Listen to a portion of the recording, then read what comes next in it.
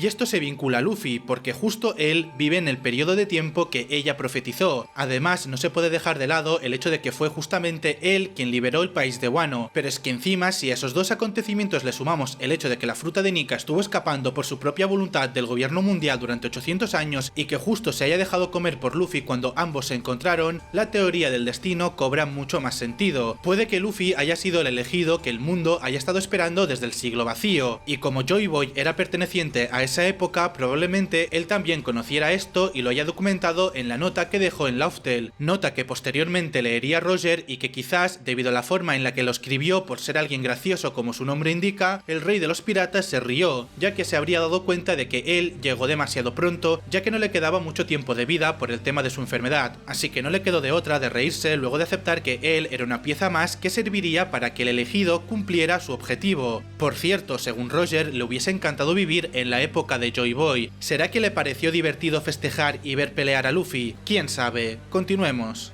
One Piece es una historia narrada por Usopp. Es muy misterioso el narrador de One Piece, porque de vez en cuando interviene para comentarnos datos importantes que nos agregan contexto de situaciones específicas. A esto también hay que añadirle que de entre los distintos tipos de narradores está el que nos cuenta la historia luego de que él mismo la haya vivido. De ser One Piece una de ellas, habría que buscar un personaje adecuado para que ocupe ese lugar, y es ahí donde entra Usopp en la ecuación, ya que de entre todos los personajes principales es él quien más afinidad ha demostrado tenerle al arte en general. De hecho, fue él quien en su momento diseñó la Jolly Roger de los Mugiwara, pero en la faceta artística en la que nos centraremos es en la de ser un cuentacuentos, y es que como muchos recordaréis, el personaje se nos presentó en su arco introductorio como un tipo capaz de maravillar con sus historias tanto los niños que le seguían como la propia Kaya, historias que por cierto eran inventadas, cosa que le añade aún más valor a dicha capacidad por lo increíbles que eran, y posteriormente Oda nos ha ido dejando pequeños guiños de que esa faceta de cuentacuentos del personaje no ha sido dejada de lado, puesto que constantemente le ha narrado historias ficticias a Chopper a lo largo de la travesía de los Mugiwara, y en el arco de Wano vimos cómo se aprovechó de esa habilidad para hacerse pasar por un vendedor común y corriente en la capital de las flores al vender su aceite mágico de sapo. Tal vez estos detalles son las típicas pistas que va dejando Oda a lo largo de su historia para justificar un acontecimiento posterior, siendo en este caso la posible revelación al final de la historia de que Usopp siempre fue el narrador, y que la obra en sí misma es otra historia más que le cuenta a los niños de las generaciones posteriores.